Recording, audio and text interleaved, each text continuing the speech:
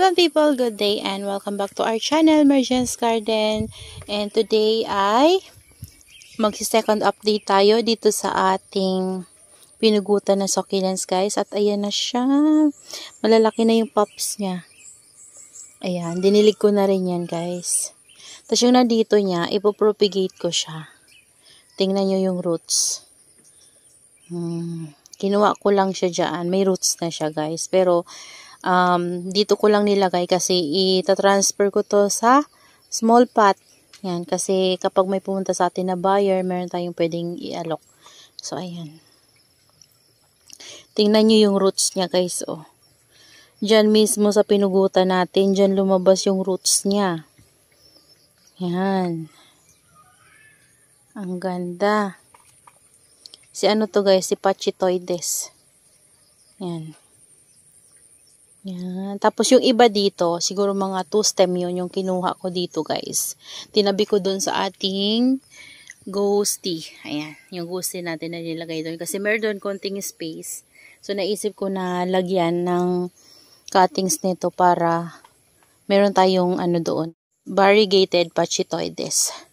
Ayan, tapos ito guys, ang ginawa ko dito kahapon ay inano ko sila, nilipat. So bali, yung ating super bomb na variegated ay pinorward ko dito. Yan, silang tatlo. Tapos ito, yung variegated natin na Purple Delight ay nandun yan sa gilid. Sa pwesto ni super bomb. So, tinransfer ko siya dito. Kasi parang nag-i-tailiate na guys yung doon niya banda. So, kailangan niya ng sunlight. So, yun lang. Wala tayong sunlight ngayon kasi palagi na talaga guys makulimlim. Ayan. So, yan yung ating second update dito sa ating variegated Pachytoides and non-var Pachytoides, guys. Ayan. Ito na rin yung update sa niripat natin na by Nessie. Ayan. Plano ko sana itong pugutan, guys. Kaso lang, nangihinayang naman ako. Ayan, no. Nagaano na sila, guys. Dumadami na ulit yung leaves nila kasi kung natatandaan nyo nung niripat ko to ay natanggalan to ng mga leaves. Ayan, ito may mga roots na rin guys. Nung in-update ko to sa inyo ay wala pang roots. So, yung iba wala pa rin pala. Ayan. Pero, ito tingnan nyo. Ayan, may mga roots na. So, diniligan ko na rin yan guys. Hindi naman na to mapapano. Kasi, meron ng roots yung iba and magkakaroon din yan guys ng roots. Ayan, yung ating madiba na niripat dito guys. Parang nagkaroon ng fungus yung isang leaves niya. Ayan, tapos yung ating baekya. Tapos ito, namatay yung mother nito. So, kinat ko siya para ma-save ko. Ayan, si Pure Blanc. Ayan. Tapos, ayan, meron ng baby yung ating this one. Sino nga to? Nakalimutan ko yung ID niya. Kalimutan ko guys. Basta nagiging black siya kapag stress. Ayan o. Ngayon, nagigreen na kasi walang sunlight. Ayan yung succulents natin dito guys. Ayan, meron na namang dalawa pa yung flower stalk niya. So, sana baby yung isa.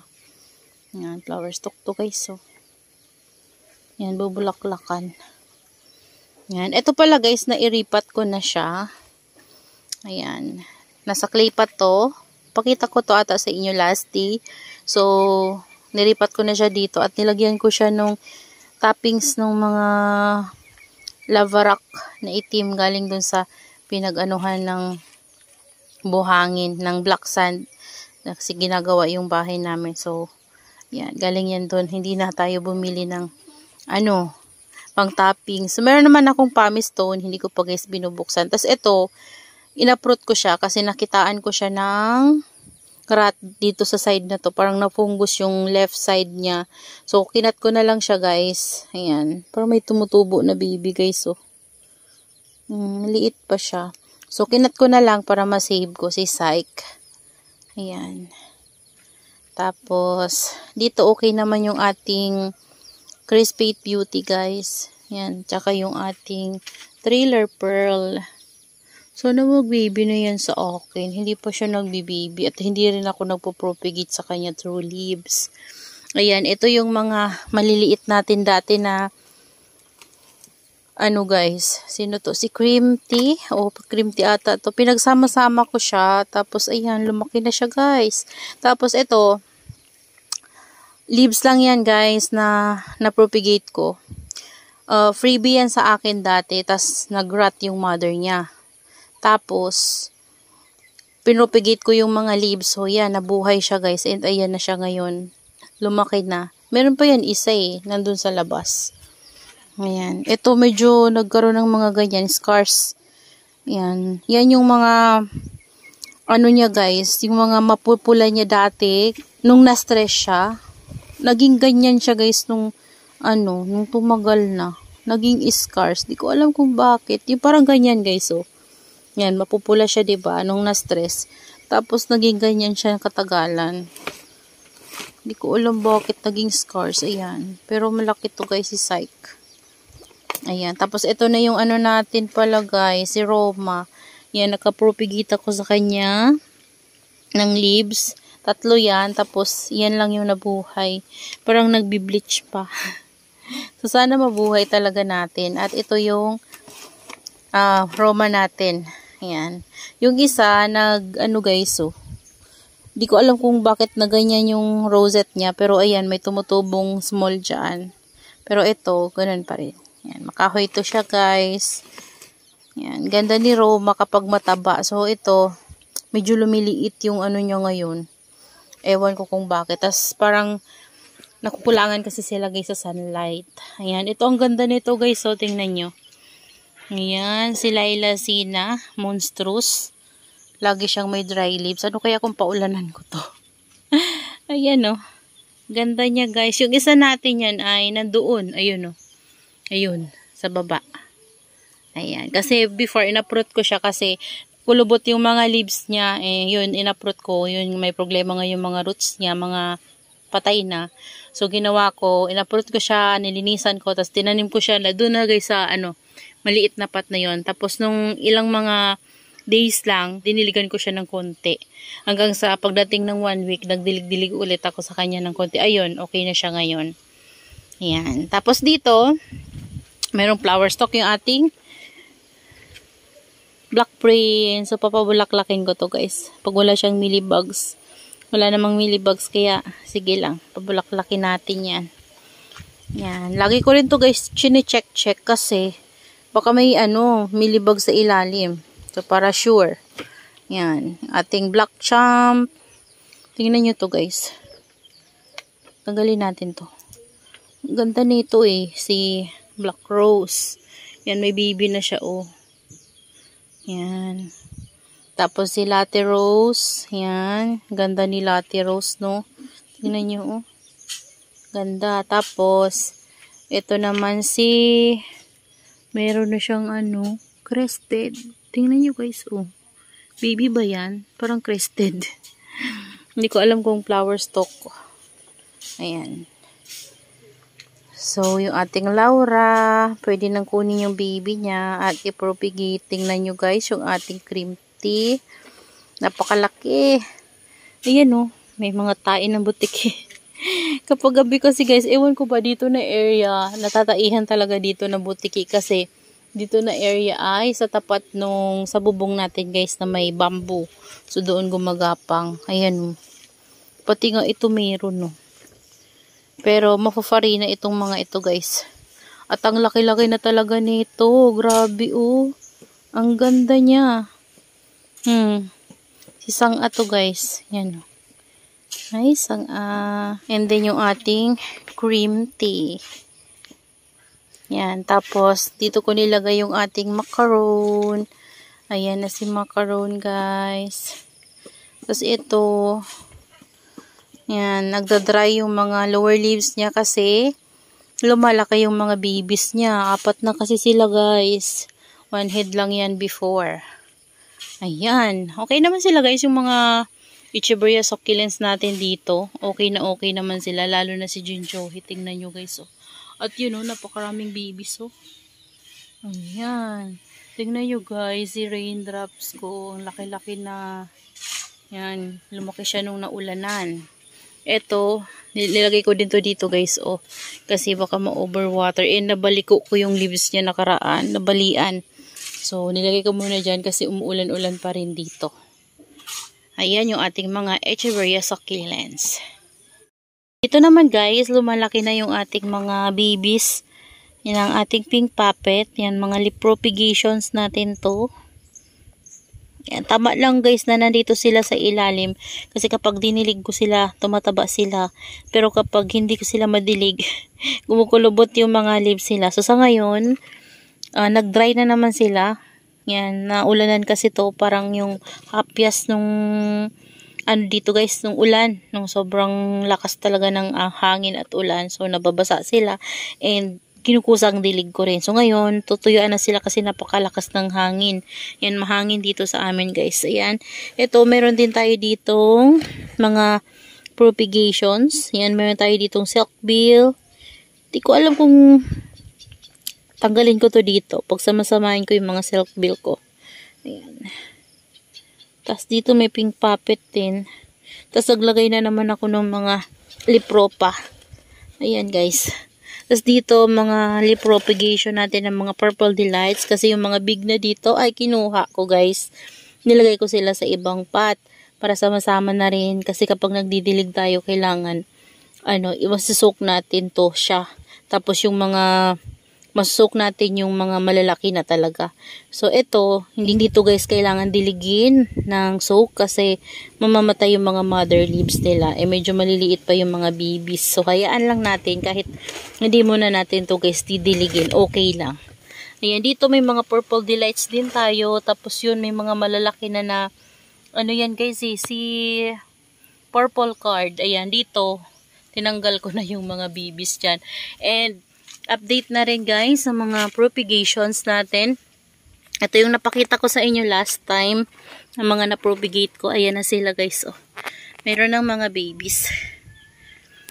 Ayan. Tapos yung isang pot nandito. Ayan. Diba? Meron ng mga babies. Hayaan lang natin. Ayan. May nabubulok yung iba.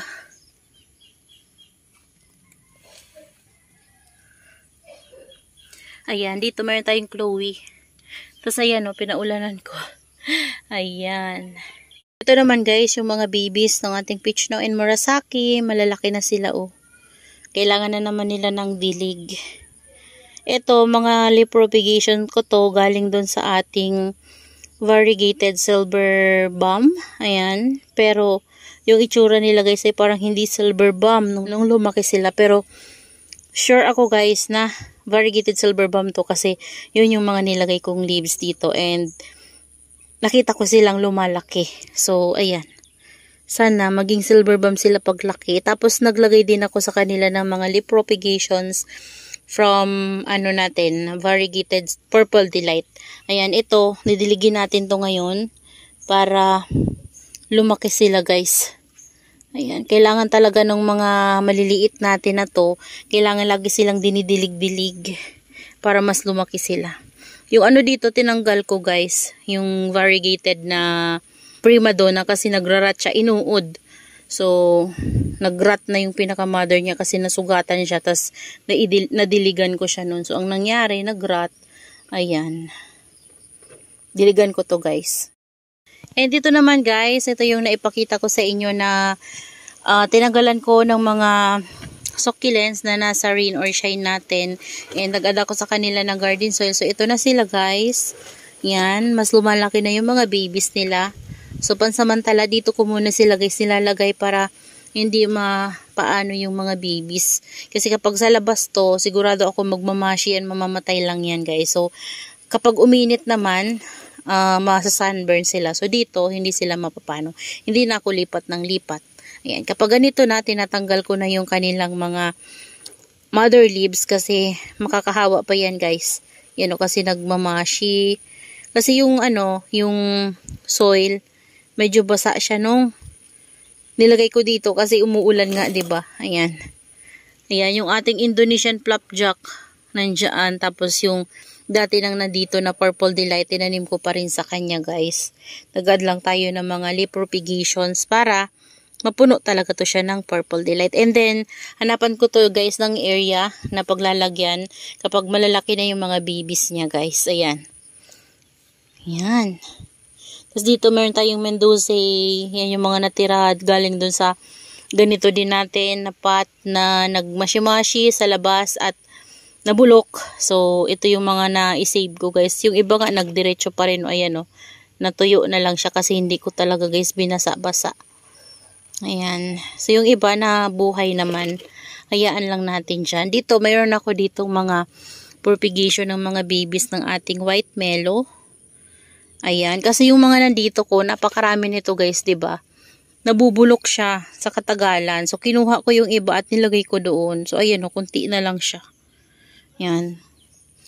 Basa yan siya kasi nisprayhan ko yan siya guys. So, ayan guys, yung ating mga propagation. Napakarami no, yung mga Purple Delight natin. Pero, sige lang. Propagate lang tayo guys. Kasi, hindi naman nakakasawa yung Purple Delight i-propagate. Napakaganda niya kapag lumaki na siya. Dito naman guys, update sa ating mga cactus na nandito. Okay naman sila guys. Ayan, yung pinropagate natin na donkey's tail sa big pot ay ito siya. Okay naman siya. So, hindi lang ako guys nagbibigay lagi sa kanya ng water kasi nga malaki yung pot nito at purong garden soil yung nilagay ko nito sa top. So, baka ma-overwater naman guys. Sa panahon ngayon walang init, 'di ba? So, mahangin lang. Tsaka, liwanag lang. Pero, ayan, nag-i-affiliate na nga yung iba. Ayan guys, oh. 'Di ba? So, okay lang yan guys. May moisture naman silang nakukuha sa hangin. Ayan, ito, okay naman yung ating short spine, golden barrel. Ayan. Tapos ito, natuyo na yung flower niya. Hindi ko na po propagate. Ayan, yung ating kiko. Yan, ito guys, may bibi na siya, dalawa. So, pwede ko yung kunin kapag lumaki na. Tapos yan, may flower. Yan yung white mellow natin. Okay naman sila guys. Ayan o. Yan, okay naman yung ating mga lactea doon sa dulo. Nandun yung green lactea at red lactea natin guys. Kung hindi nyo napapansin sa vlog natin. Kasi nandyan sila banda sa gilid. Ayan kasi tinanggal ko sila doon sa ulanan. Kasi nga baka ma-overwater yung rootstock nila. So baka mamatay. So maganda ng safe.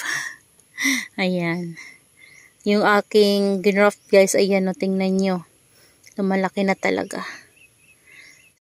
So, ito naman guys, yung mga ginraft ko before sa Fairy Castle. Ayan, yung stem to ng Fairy Castle na mga pinagkakat ko, tas pinabuhay ko, pinaggraftan ko guys. Ayan o, ang cute. Yan, kasi yung iba inuud. Yan, sa labas inuud siya guys. Kasi nakalagay ito dati sa labas, neglected lang sila. So, naisip kong iripat sila sa mas bigger na pot. Yan, butas na nga yung pot natin. Para mas lumaki sila kasi hindi na sila lumalaki doon sa pot na pinagtamnan ko kasi maliit lang sila. So, naisip ko silang i-transfer dito. And ayun guys, lumalaki na nga sila. Ayan, kulang lang siguro to sa soil. So, nilagyan ko sila ng garden soil. Ito din o.